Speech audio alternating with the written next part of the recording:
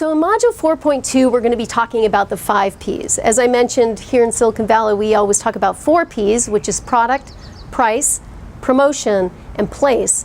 But we've added partnerships to the mix as well, because it's really important as social entrepreneurs that you really be thinking about partnering and being able to look at that aspect of your business as well. So the first one is that we're going to cover is product. So what you need to think about is that, so what is the benefit of your product? How is your potential customer going to benefit from your products? What's the total cost? It's not just the cost of your product or service, but the total cost. Questions that a customer is going to ask is that, is it simpler to use, or am I saving money by not having to adopt other things? And then also thinking about, from a customer perspective, again, you have to crawl into your customer's mind about risk mitigation. So what happens if they adopt your product or service and something goes wrong, something breaks? What happens then? Research has been done that 70% of the time that people make a buying decision, a purchasing decision, they base it on benefits. And 30% of the time, they base it on features. And the funny thing is, as marketers, we oftentimes spend most of our time talking about features rather than the benefits.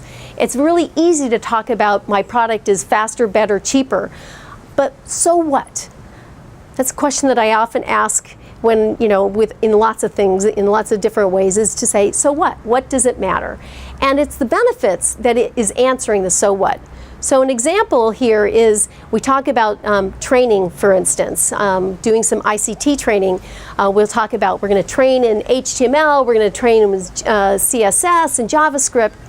So what? The fact that now they can get a better paying job that's in demand, that's the benefit of what we're doing. It's not the fact that we're doing CSS and HTML training. That's the features. The benefit is now they can get a better paying job. Another example is, a feature is the coursework is based on real projects. And again, that would be something we'd be talking about. Again, so what? But if it's practical, that they'll gain practical experience, then that's really important. So those are things that you need to be thinking about, and I recommend going back to your marketing materials and looking at, are you talking about your features? You should be talking about your benefits. The other thing that we talk about here in Silicon Valley is whole product. And like I said, just a little while earlier, you have your product or service that you're selling to your customer, but it's in the context of a whole product. And the whole product includes any of the user education, any manuals that you need to provide. If you have, in this example, we had, the iPhone or your iPod. But really, what made the iPod really work was the fact that you got your iTunes store, and all of that comes together to come with a whole product solution. So when you're thinking about your product or service, it can't be just in isolation of what you're delivering. It needs to be in the context of the greater whole. So going back to Clínicas del Azúcar, they are looking at their product and their solution from a whole product perspective. Like I said, what they're doing is providing low-cost diabetes care. So you could think, okay, well then that means that they're able to measure your insulin and then give you some things to take care of your insulin levels.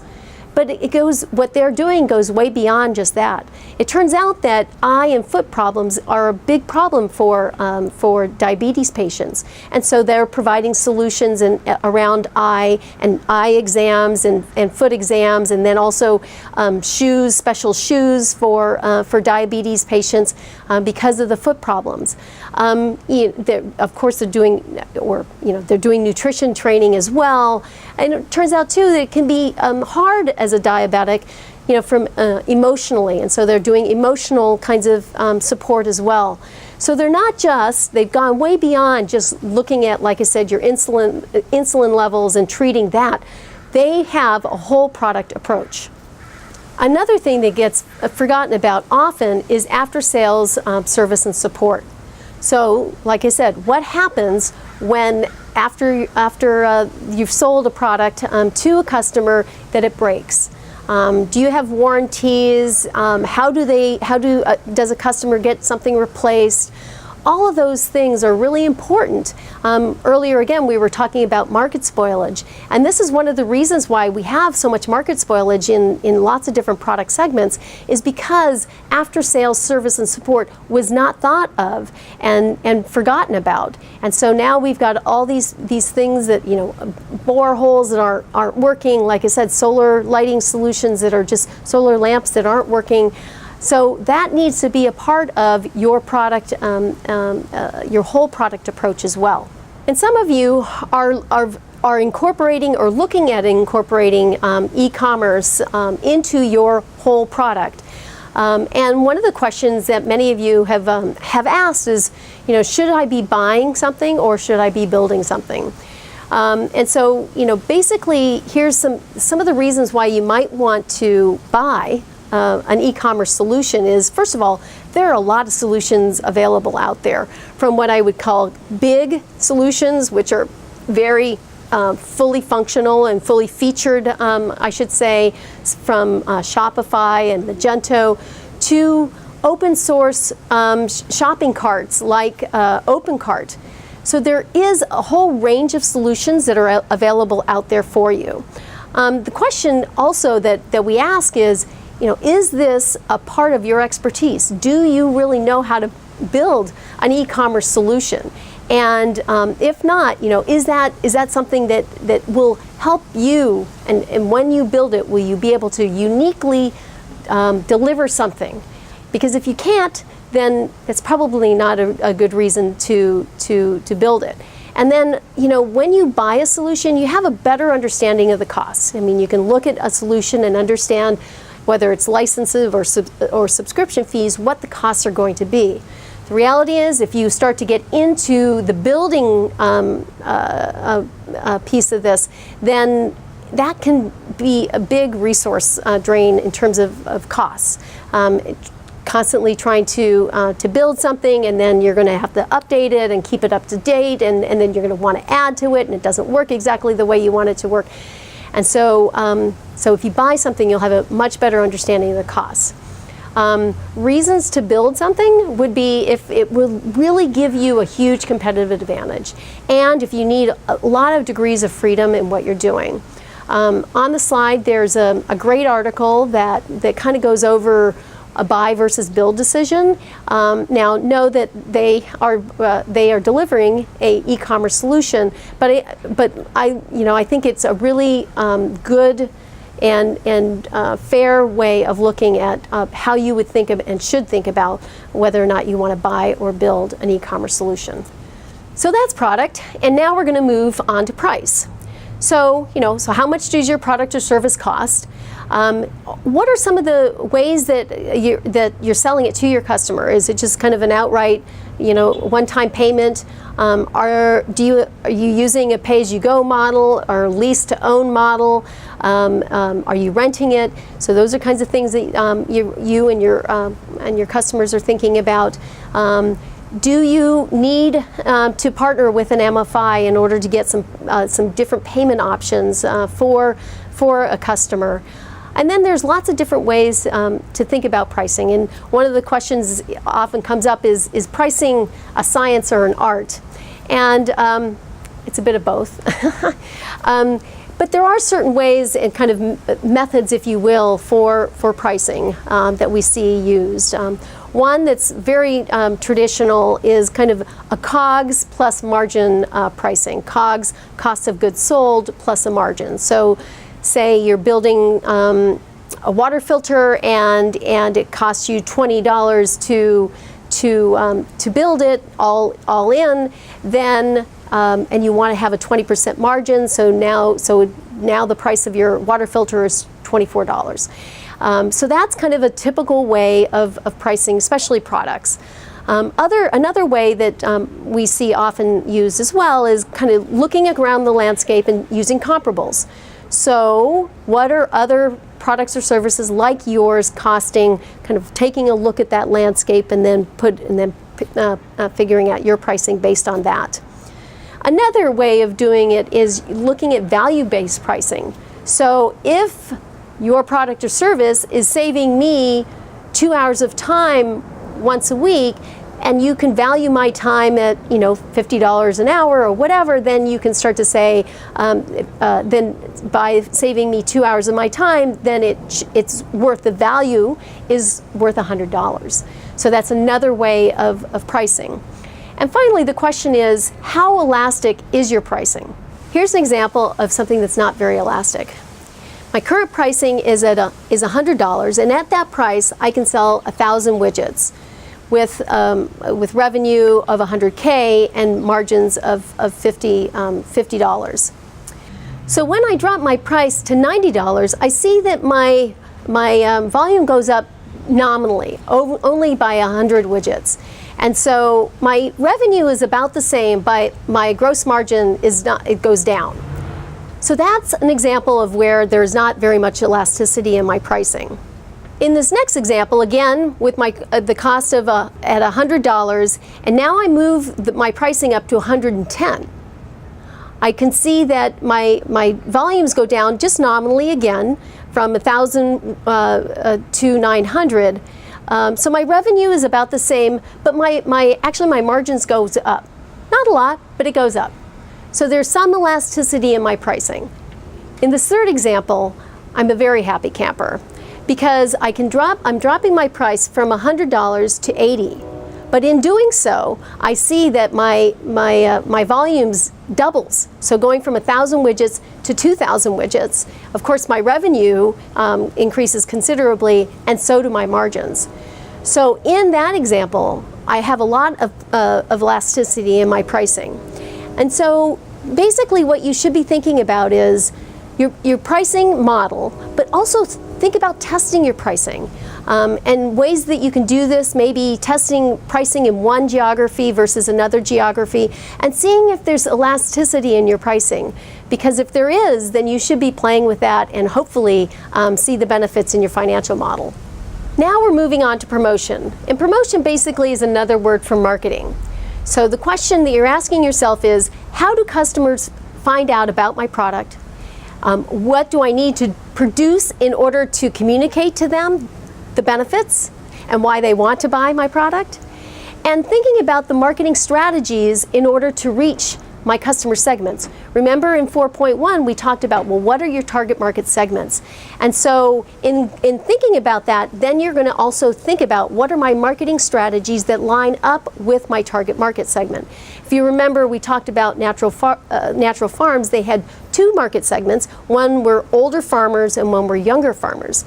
Well, where I go to reach older farmers and what marketing channels I use to reach older farmers are going to be different than younger farmers. And when you're thinking about demand generation, which is, creating demand for your product, there's a lot of different places that you'll probably do this with. So first of all, you're going to be, getting your brand and awareness of your brand, and you're out there. You'll be thinking about, your website. There's a lot of different online channels, e-marketing. Then using PR can also be something that you want to use in terms of helping get the word out for you. Events, promotions, you might be doing market days, you might be going to conferences. So all of these are different outlets that you can use in order to create demand in the market for your products. When you're thinking about marketing and sales, there is actually and we talk about what's the funnel.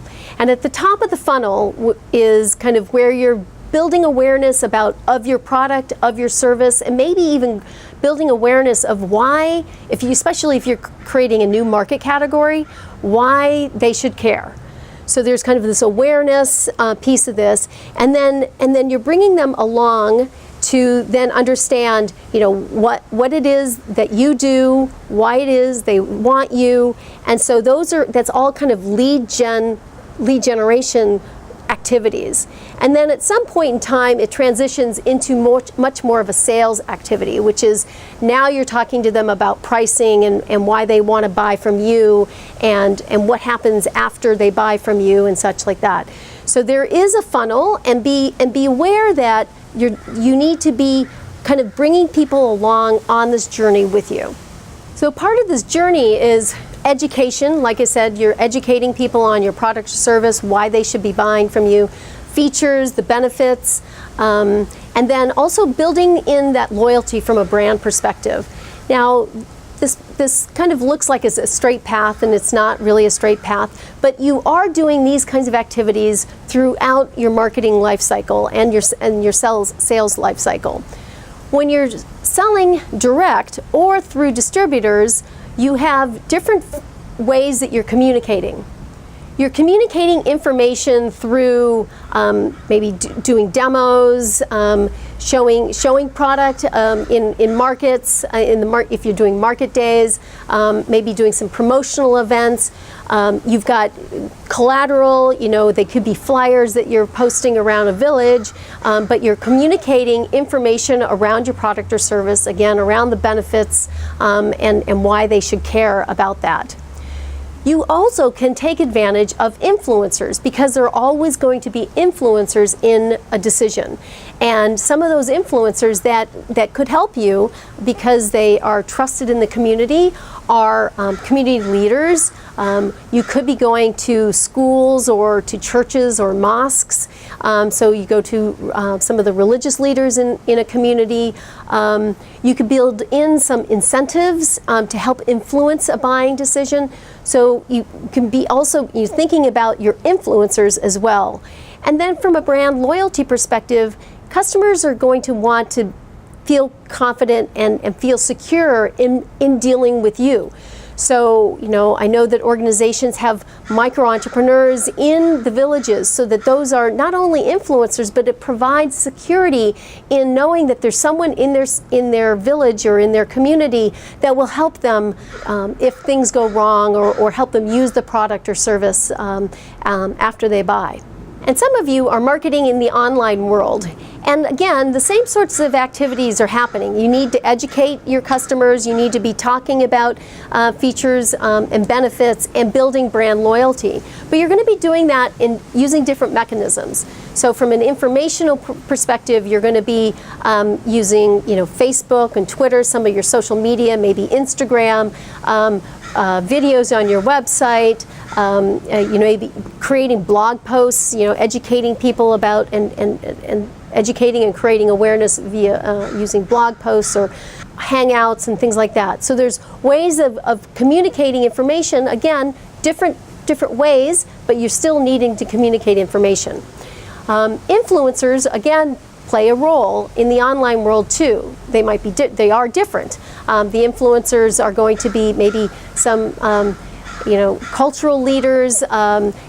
Customers are oftentimes your best influencers, and so you've got your hero stories on your website, things like that are helping influence a buying decision. And then from a brand loyalty perspective, that people want to feel like what they're doing is aspirational, and they're kind of part of something that's a movement that's happening, and that they're a part of it. Some of the best practices of online marketing, and we're going to get into a lot more of this during the in-residency, is storytelling. And it's best to do it from being able to relate to your potential customers. As you can see, if you go to many of the websites today, the use of video is very prominent. People really aren't reading that much anymore. And so having content-heavy websites is not a feature. Using your own customers, like I said, using your hero stories, catching snippets in videos is really kind of what's being done today. But there has to be content, because, like I said, you're having to inform customers, you're having to educate customers, and so there is content creation. But a lot of that can be done in videos.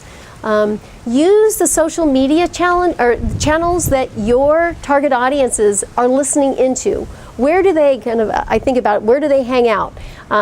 You're younger, if we go back to natural farms, the younger farmers might be hanging out in Facebook and Twitter and Instagram, but the older farmers aren't, and so they might be hanging around with SMS and things like that. So who your target market is and find out where they're hanging out. The other reality too is that I was just in Brazil recently, and I was told there that a lot of people don't use Twitter, that it's not a big channel in Brazil, whereas Facebook is huge. So, not only think about your target market and where are they hanging out, but then also be just aware of what's happening in the countries that you're working in, and really be focusing on those channels. The other thing that you can really benefit from with online marketing is metrics. And virtually all the tools that we've talked about, whether it's Facebook, it's Twitter, if you're using Google search or Google ads to target customers, all of those have analytics and can provide you a lot of information around the customers or people that are checking you out on those channels. And so really use those tools to inform yourself. The other thing that you can do on online marketing is do A/B testing. And for those of you that aren't really familiar with what that means is basically you can do side-by-side testing in terms of maybe your homepage and your website, or maybe you have different subject lines in your email campaign in your next email to then compare your open rates in your emails to say which subject line better served you, where did you get more open rates. So you can do a lot of A/B testing in the online world, and those are things that you can't do in the offline world. So really take advantage of those things. And finally, under promotion is the fact that you really should know your marketing and your sales costs. With marketing, it can be easy when writing a check to place an ad or pay a designer for a piece that you've done. But there are also hidden costs in marketing and sales, and so you should be taking in all of these things into account. Also know your customer lifetime value, and you can read more about this on the website that we've provided. But what this is basically the value of your customer through the lifetime of your organization. And so it's not just about the first transaction with a customer. You need to be thinking about this is a customer for life, and what's the value of that customer through the lifetime of that. So that will help you kind of get out of the mode of just thinking about this as a transactional. It's not just about the $20 that they've given you for a solar lantern. What is it over time? The next P is place, which essentially means sales. And so there's different ways, of course, that you can be selling. Some of you are selling direct, and there's a lot of benefits for selling direct. Basically, you really have a connection with the customer. You're able to hear from a customer, what it is they like, what they don't like, what new things that they want to see in your product or your service. So you have that really nice connection with your customer. The challenge, of course, is that it can be expensive in selling direct. And so some of you are also have moved into using micro-entrepreneur networks. And so basically using people in communities in which you're serving as basically your sales channel. The pro there, of course, is that you are working with influencers in those communities, so that's good. You're creating jobs, which is great, but it is a lot of work working with these micro-entrepreneurs, helping them be successful, because of course your success is dependent on their success. So it is a lot of work to manage these micro-entrepreneur networks. And then some of you are using selling through others, so using distributors, or that could also mean selling online. So basically, this is another channel that you can be using. The challenge with going through others or online is that you don't have as tight a connection with your customers as you would if you're selling direct. For those of you using distributors, you need to make sure that you are actively managing those relationships. The tendency can be that you basically get somebody signed up and then that's it, and you just kind of think that they're going to sell for you. And the reality is that it doesn't work that way. You do need to actively manage these folks. And so you're going to get into discussions around all sorts of different discussions. And first of all, the first one oftentimes is someone wanting exclusivity. could be challenging. You need to be thinking about whether or not that's the right thing to do. Maybe you do give them exclusivity, maybe it's worth it because they've got a huge footprint in a market, but maybe you do that on a time-bound basis. Maybe for the first year you give them exclusivity, but not perpetual. And then you also be thinking about channel conflict. I mean, if you're selling in as well into an area, or another distributor selling into that area, then you start to get into channel conflict. So how do you manage through that? You need to be thinking about how you divide up the territory, what products. Maybe not all your products should go through distributors, maybe only some of them. What are the margins and the pricing that you're giving to the distributors? These are all things that you need to be thinking about, and the other big thing that you should be thinking about is that oftentimes distributors are not going to be doing market creation. What they are often doing is market fulfilling. Now, some distributors will do market creation, but many of the distributors will only do demand fulfillment. And so what that means is the onus is on you to provide, to kind of educate a market and help them understand why they need this product or service, so that then when they're ready to buy, they'll go to the distributor and like I said, and the distributor is able to fulfill the demand. So again, if you're going through distributors, you need to take this and set aside time to be managing these active relationships. Which brings us to the 5th P, which is partnering.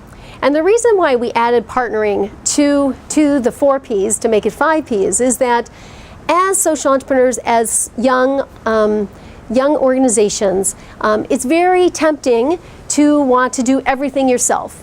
But the reality is that you can't.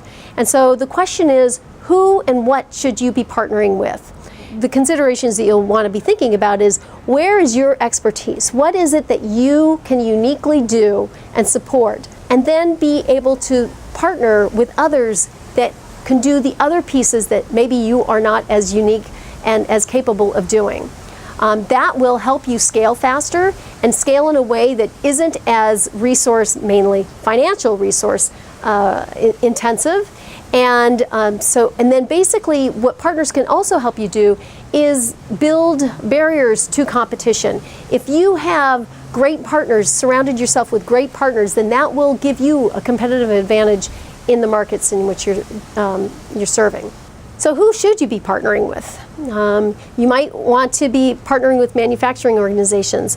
Do you have to manufacture your product? You can design it, you can sell it, but maybe you don't have to manufacture it. Distribution partners is what we were just talking about. Rather than you having to sell all your products, going through distributors.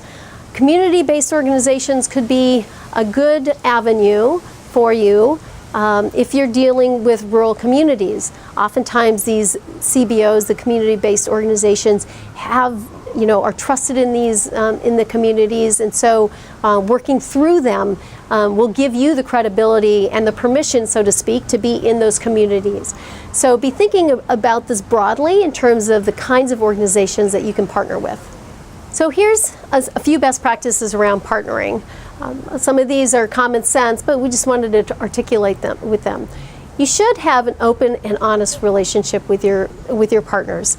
Basically, this is a relationship, and by not having that open and honest relationship, it starts to get in the way. One of the things that when you're thinking about your financial models, is they need to be incentivized, right? Your partners are not going to necessarily do this out of the goodness of their heart. Now that incentive might be financial, but it also could be, them getting behind your social impact, and that might be incentive enough for them. But being really clear about their incentives and what's important and what their goals are, so that you are aligning with those, is an important characteristic of a good partnership. We recommend that you start small and then grow. Oftentimes it's very seductive, if you will, to build and kind of see and build this big partnership and see all these opportunities. But start small and grow. And then you'll learn more about working with each other, you'll learn to trust each other, you'll learn what the strengths and weaknesses of each other are, and so that'll just build a stronger and stronger relationship. So this is coming to the end of Module 4.2, and I apologize, it's been a long module. Thanks for sticking with me. So basically, the deliverables out of this module is to go back to your business plan and look at your deck to see whether or not you've got your 5 Ps covered. So that's your product, your price, promotion, place, and partners. You know, so you might have some of these in backup slides. You'll probably want to be talking about some of the high-level highlights, if you will, of your marketing plans, your sales strategies, etc., and then have some of the more specific slides in your appendix.